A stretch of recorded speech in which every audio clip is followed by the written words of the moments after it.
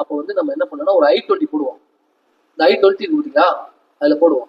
I20 போட்டால் இதில் என்ன ஈஸியம் வருது 3.7, இதுவும் 3.7, இது பாஸ் EDC 16, C39 சம்திங் போகும். இது 16 ப்ளஸ் அதுக்கு மேலே எது வரலாம்.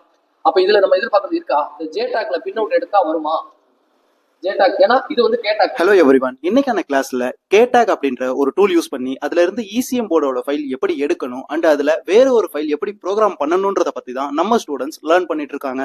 இந்த கோர்ஸ் நம்ம Perambalur Ar-Rahman autotech ECM repair and training சென்டர்ல 1 month டியூரேஷனா டெய்லி மார்னிங் 10 o'clock இருந்து ஈவினிங் 5 o'clock வரைக்கும் கத்து கொடுத்துட்டு இருக்கோம். இதே மாதிரி ECM board, sensor, wiring, AC and electrical ஒர்க்கை பத்தி நீங்க மேலும் தெரிஞ்சுக்கணும், அதாவது ஃபுல் அண்ட் ஃபுல்லா பிராக்டிக்கலா தெரிஞ்சுக்கணும்னு நினைச்சீங்கன்னா உடனே ஸ்கிரீன்ல தெரியுற நம்பருக்கு கான்டாக்ட் பண்ணுங்க.